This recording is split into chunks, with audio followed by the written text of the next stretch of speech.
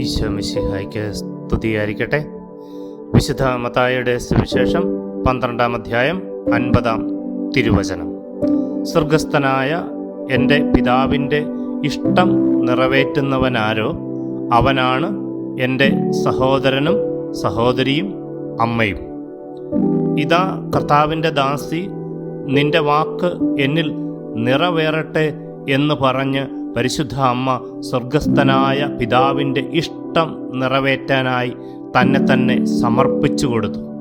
തൻ്റെ ജീവൻ തന്നെ നഷ്ടപ്പെടും എന്ന് ഉറപ്പുണ്ടായിരുന്നിട്ടും അമ്മ സ്വർഗസ്ഥനായ പിതാവിൻ്റെ രക്ഷാകര പദ്ധതിയോട് സഹകരിച്ചു.